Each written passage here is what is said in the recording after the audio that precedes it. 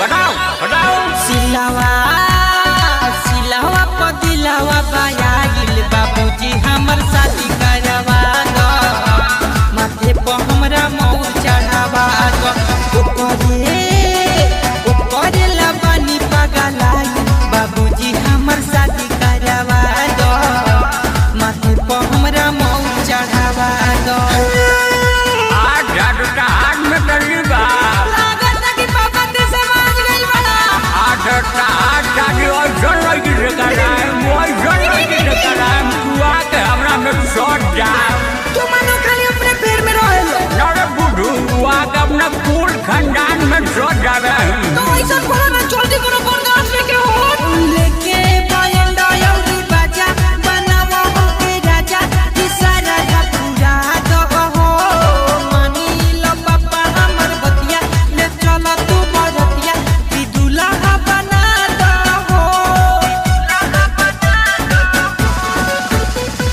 लेके बायंडा यौरी बाजा बनावा के राजा इशारा का पूरा दो हो।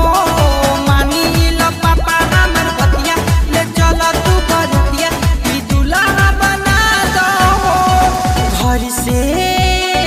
घर से चाहे तू भागा दो, बाबूजी हमर शादी करवा दो, माथे पर हमरा मौर चढ़ावा दो।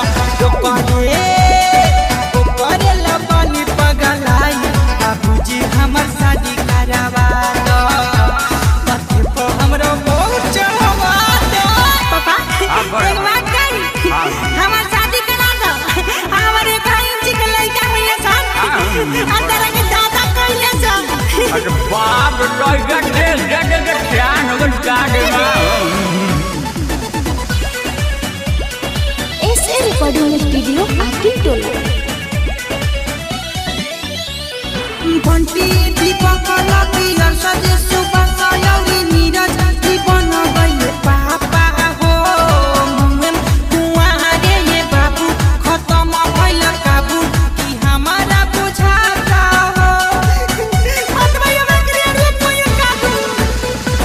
घंटी दीपक लगी सजे सुबह सयौरी नीरज दीपन गइले पापा हो।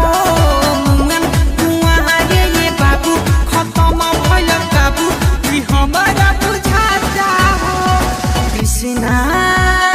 कृष्णा जायक से बता दो, बाबूजी हमर शादी करवा दो, माथे पर हमरा मौर चढ़ावा दो। ओकरे लगनी पगलाई बाबूजी हमर शादी करवा दो, माथे पर हमरा मौर चढ़ावा दो। सिलावा